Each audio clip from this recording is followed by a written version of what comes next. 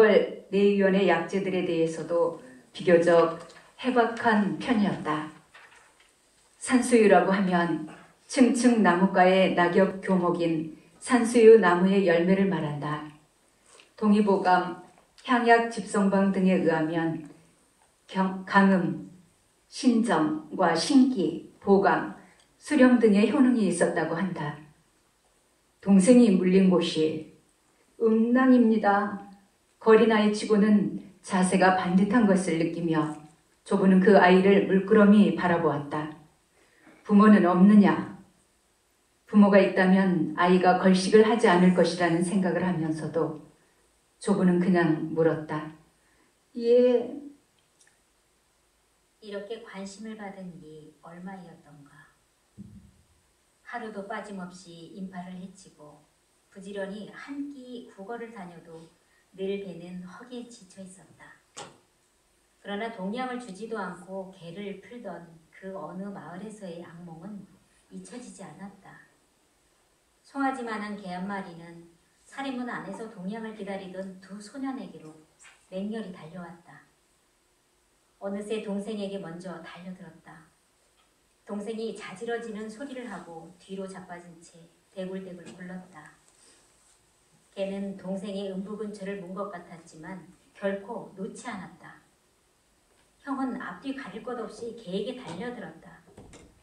두 거린아이와 개 한 마리가 한떼거리가 되어 뒹굴고 있었다. 목숨을 건 사투를 벌인 것이다.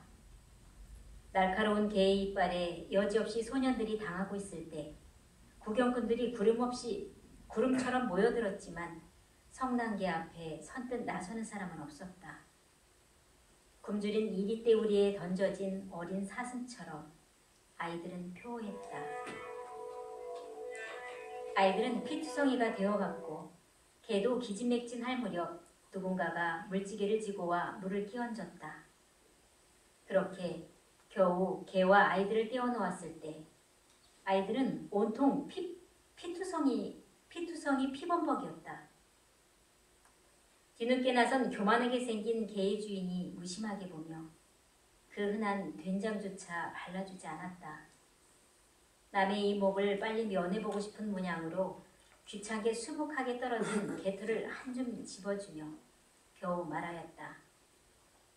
이걸 태워 상처에 붙이거라. 사내가 그렇게 눈물이 흐려서 쓰겠느냐? 그래, 너희들의 성명이 무엇이더냐? 호는 남양이었고 홍가라고 알고 있어요. 소희는 2표였고 동생은 2표입니다. 처음 볼 때처럼 차분하게 말하는 어린 아이를 보면서 조부는 가슴 속에서 환호성을 쳤다. 아이들에게 당숙이 있다는 말을 듣고 홍대감이 서둘렀다. 네, 당숙이란 이에게 같이 가자. 어린 아이들의 당숙이라고 애초에 큰 기대는 하지 않았건만 막상 도착하여 보니 제법 두터운 포실하게 횟집으로 지은 초가 지붕이며 살림살이가 그리 구차하지는 않아 보였다. 그래, 어디를 갔다가 도대체 이 꼴이 뭐다냐 말이다. 졸지에 나타난 2표와 2표를 보고 허겁지겁 반가워하던 당숙은 말벌을 잊지 못하였다. 그리고 복받쳐 오르는 분노와 자책으로 두 아이들의 모습을 훑어보았다. 그렇게 애절한 당숙의 뒤편으로 눈에 흰저이가 하얗게 돌아앉은 사팔 눈에 당숙모가 서서 시근덕거리고 있었다. 여인은 조부의 아래 위를 훑어보고는 아이들을 보고 이내 눈살을 찌푸렸다. 어떻게들 된 거냐? 무골호인으로 생긴 그 당숙은 아이들을 거리로 내몰 만큼 그렇게 나쁜 남자 같지는 않아 보였다.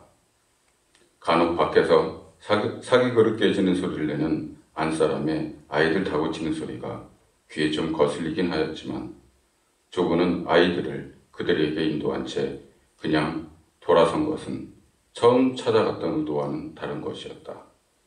아이들을 양자로 삼는 것에 대해 논의를 나누려던 조부가 생각한 것은 무엇일까?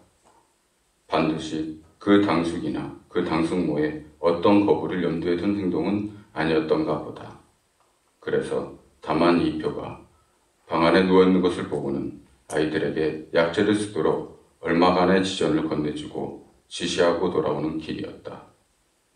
2표는 그 예나, 덕능, 고갯마루까지 조부를 마중하였다. 그리고는 돌아서는 조부에게 또 엎드려 절을 하였다. 조부는 아이에게 다정하게 고개를 끄덕였다. 자신이 내시의 길을 걸은 한평생, 자신이 그렇게 당당했노라 자인하여도 그것을 당당하거나 행복함은 아니었노라. 그가 문득 뒤돌아 보았을 때 그는 서 있는 애처로운 그 아이의 눈빛을 보았다. 이 세상에 단 하나 어느 곳도 의지할 곳 없다가 마침내 의지할 곳을 찾아 안심이 되었다가 그걸 잃어버리는 듯한 애처로운 눈빛. 그는 그 눈빛을 너무도 잘 알았다. 임금을 평생 그리워하며 어느 흐미진 전각에 숨어 살아야 하는 국민들. 조금의 따뜻한 손길이라도 평생 못 잊고 그리워하는 그런 눈빛들. 그 소년에게 바로 그런 서러운 눈빛이 있었던 것이다. 가장 불운하고 슬프게 세상을 살아가는 그 아이들. 그 아이들에게 먹을 것을 쥐어준다고 하여 평생을 숙명처럼 떠안고 살아야 하는 자신의 길을 걷게 할 수는 없다는 생각이 들었다. 적어도 그 아이들에게는 못할 짓 같았다. 아이가 멍청이 서 있고 돌아서던 조부가 다시 고개를 돌렸다.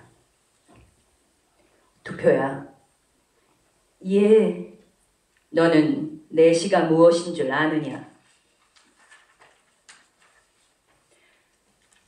압니다. 조부는 짐짓 놀란 듯 아이를 바라보았다.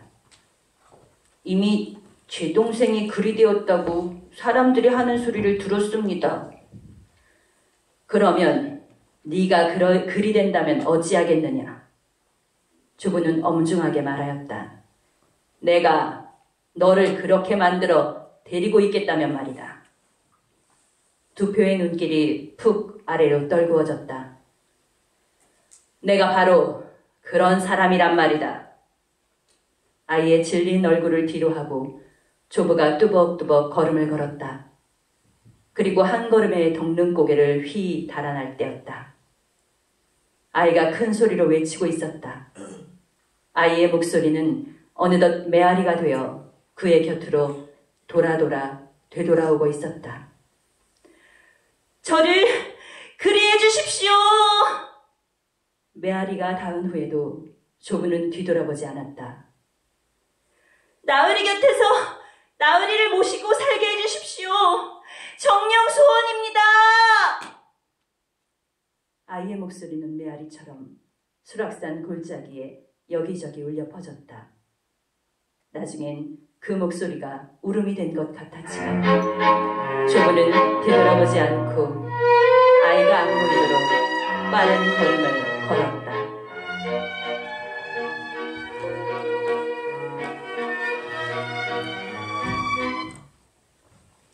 네, 감사합니다. 이런 노원의 이야기가 메아리쳐서